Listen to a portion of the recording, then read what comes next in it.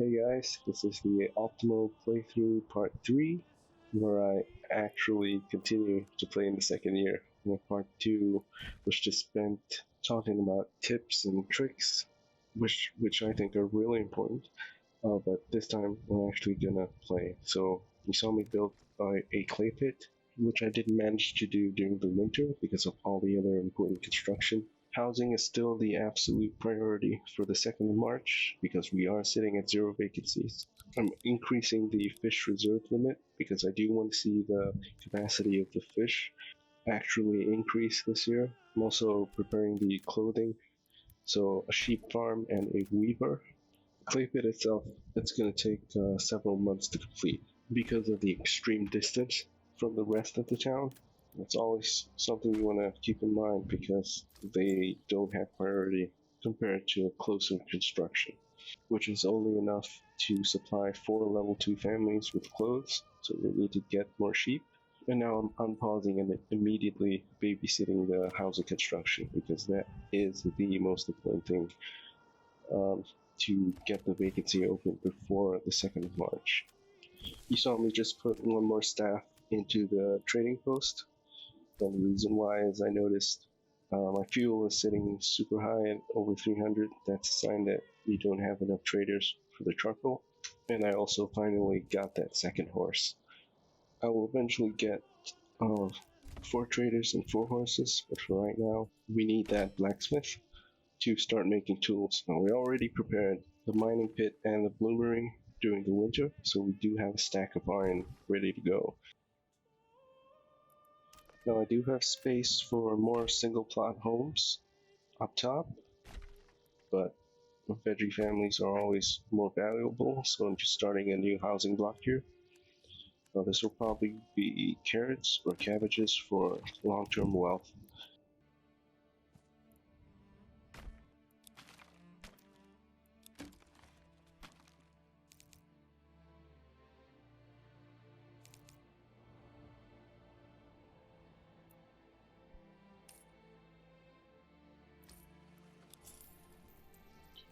I'm just having a look here at rough stone just to make sure I have 20 and not more, and then I'm not trying to buy more because I only need 20.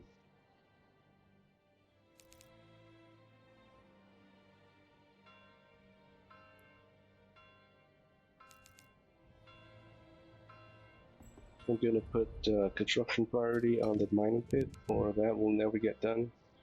The blacksmith, however, is almost done, and you do want to babysit this one, making sure to assign it to make tools as soon as it's up, or it's going to make weapons instead, wasting your iron. You can see that I'm down to 2 tools, so that's timely, and setting a production limit of 15 is going to be very comfortable.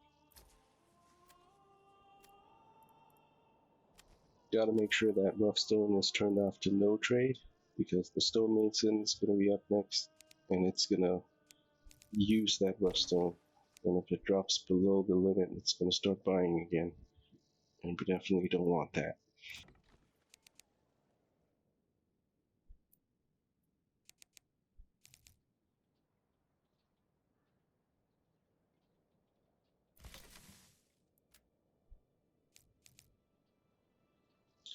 The sheep farm is up, and I'm putting 1 person on it, just to make sure that I actually get some of that wool from the sheep.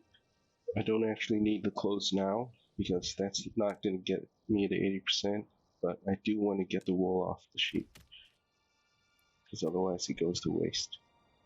So I see that I'm full on logs, so I'm actually reducing the maintenance on it, as I don't see a long-term issue with log supply moving forward. You can save a bunch of tools that way. Clay pit is finally done. Took a whole month, but we made it. So a little bit more about the clothing situation. So on its own, the clothes are not going to get us to 80%. So trying to do that right now, ASAP, it's not going to help us. So the weaver construction doesn't need the highest priority because the wool can be turned into yarn at any time, but the wool itself can't be harvested from the sheep at all times. If you don't shear them, you simply don't get the wool. What will actually help the town is 80% approval, and for that we need animal produce, clothing, and level 2 church. So all these things need to be fulfilled. So you can see the requirements here on the level 2 burgage plot. I did cover all this in part 2, so if you missed that one, you might want to go back. It's a quick 10-minute video.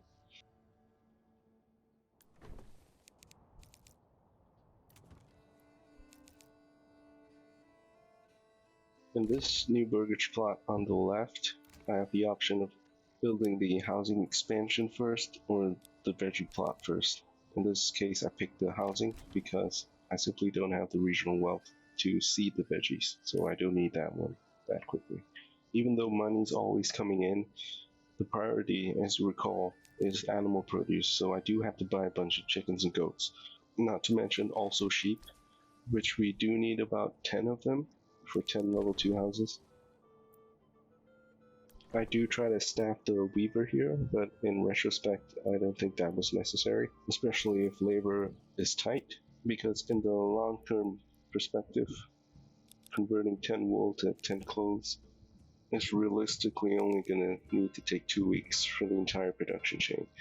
So in hindsight, instead of putting people on the weaver and getting the tailor this early, I should have put more focus on getting the clay furnace up to make the roof tiles, because that actually takes a while to build up 20 of those.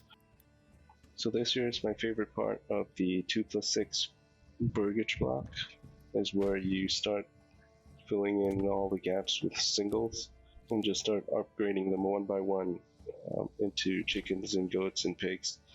And on that front, I do hope to share in a future video of what the optimal chicken, goat, and pig combination should be. Information that's actually based on gameplay research. So if you're interested in that kind of thing, keep a lookout for that video.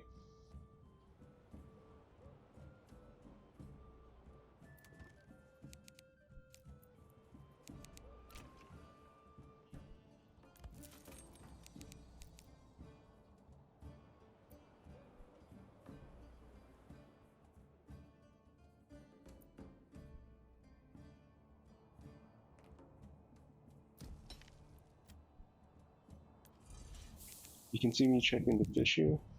It's already been through 2 growth ticks on March 1st and April 1st. The last one's going to be on May 1st, which will boost the fish to about 270 or about 70% full. Here the Tailor just came up. Just remember to set it to wool clothing, otherwise nothing gets made. You can see I'm also not too concerned about berry production, because foraged goods do share the same food demand classification as veggies. For all 3 levels of burgage food demand, and veggies, which, if you recall, is one of the strongest advantages of this playstyle. That altogether means that berries at this stage of the game can be used solely for export, and we just need a small amount of them in our storage to reduce the burn rate of all the other foods, with the actual one we're concerned about being eggs and milk. Now, since we got the additional trader and horse, the export of goods have accelerated, so the wise thing here is not to fall into the trap of making impulse purchases, such as getting a massive fruit orchard, but slowly increasing the number of sheep you have, the number of chickens, goats, and once you've hit 30 sheep and built up all your single plots into animal extensions, you'll soon find that you'll have tons of money to go do things like spending 500 regional wealth on a pear plot, for example. So this is the fun part, where I'm sure everyone enjoys, is when you have enough money to buy a bunch of chickens and goats to finally get that animal produce up.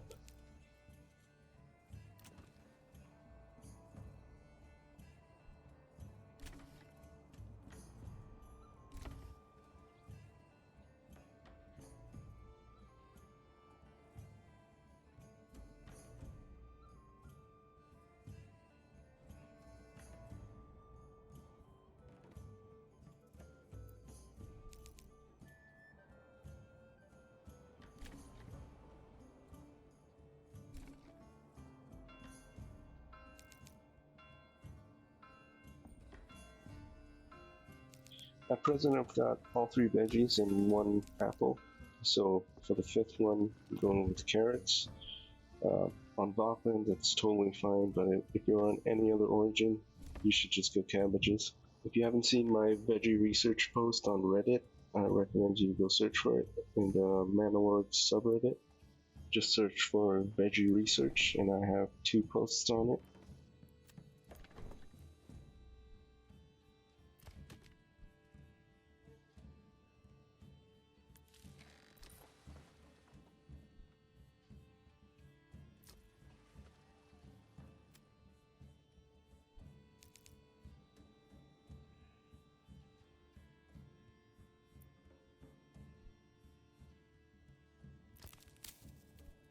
So I'm looking at the fish here, and I see that I have about 20.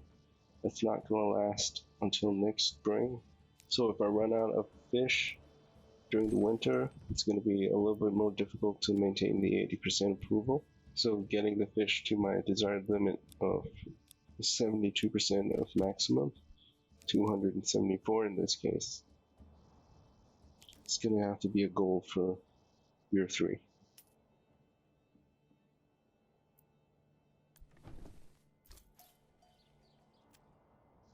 I'm up at 9 sheep and do have money to get more, so I'm upping the buy orders. And when you have so few sheep around, you don't need the sheep farmer to be working all the time. So if you're short on labor, you can toggle that 1 worker between the sheep farm and the weaver. The stonemason's just up in mid of May, and we can finally convert that 20 rough stone that we bought into the 20 dress stone for the church. And at this point, I've already realized that the bottleneck to 80% is going to come from the roof tiles, how fast we can make them. And I've already checked we have enough clay, so I can reduce maintenance on the clay pit. And as soon as that clay furnace is up, we're going to go full speed making roof tiles.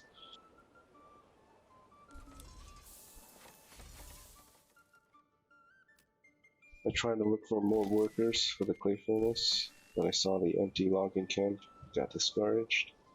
In hindsight, I should have tried harder to find more families to assign to the clay furnace, but I think I got distracted here and forgot about that. I'm pretty sure all the way to the west there are extra workers in the iron mine, so that was an oversight.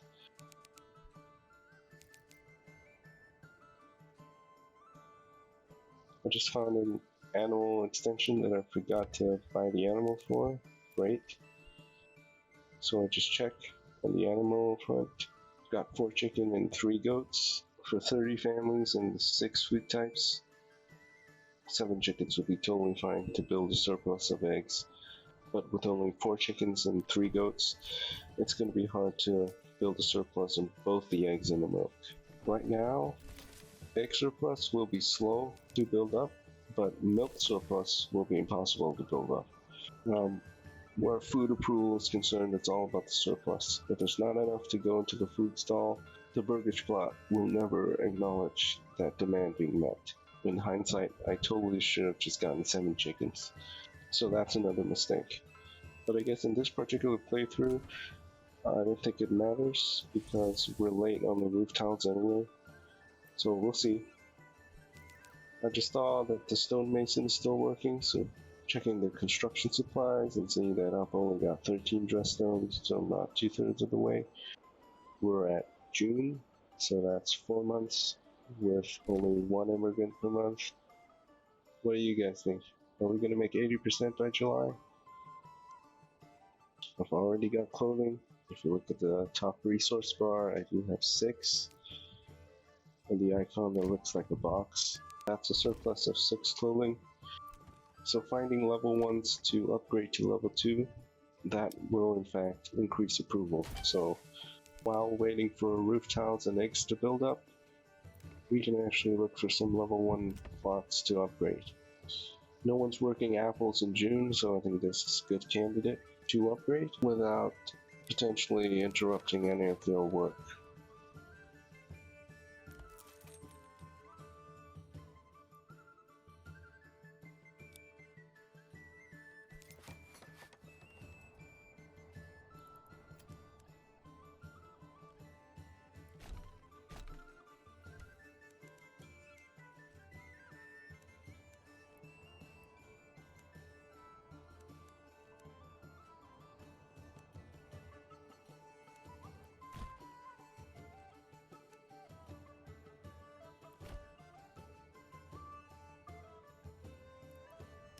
Last year we only worked 3 of the 6 Morgans that we have, so this year we're going to do all 6, and that's going to require an extra farm because one farm only supports 2 ox.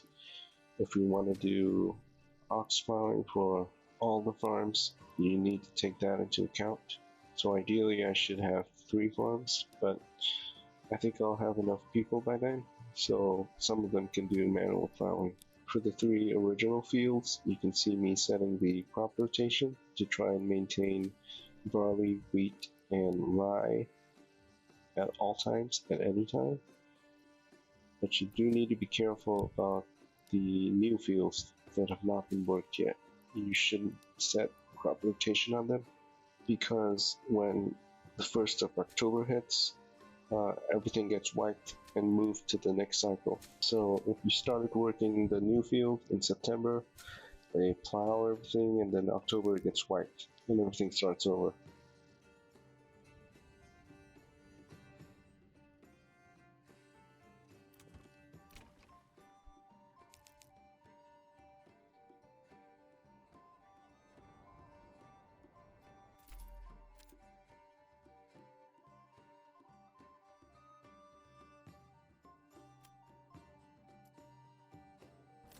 So you can see here that I've got 4 eggs. That's good, that's increasing, but I've got 0 milk. So those 3 goats that I have, they're doing nothing. I should have just gotten all chickens, and I'd be sitting at about 10 eggs right now.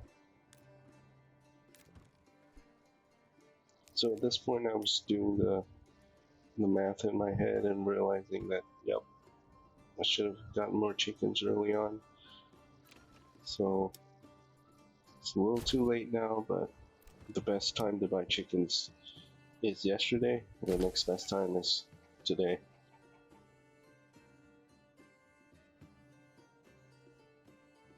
You can see we're done with the dress stone, but we've only got 13 roof tiles, and we need 20, and that's the only thing that's holding us back from 80% approval right now.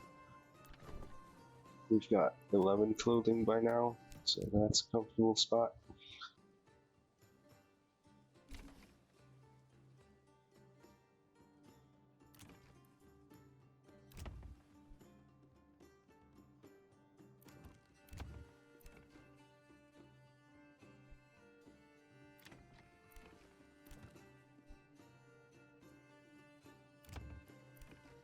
It's already July. I have full-on egg anxiety and chicken desperation.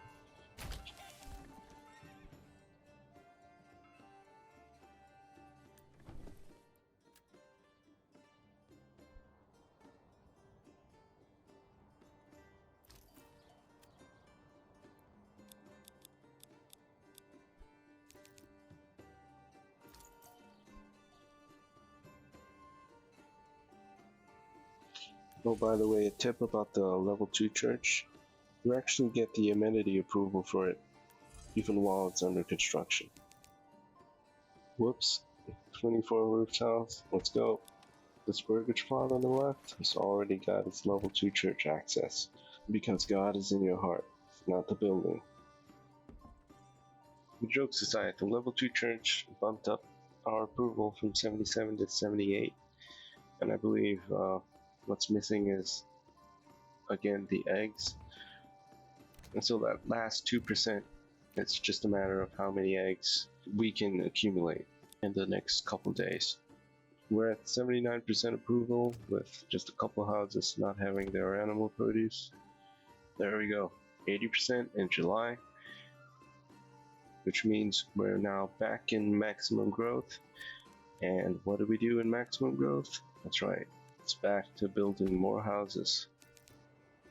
I think this is a good note to end this video on.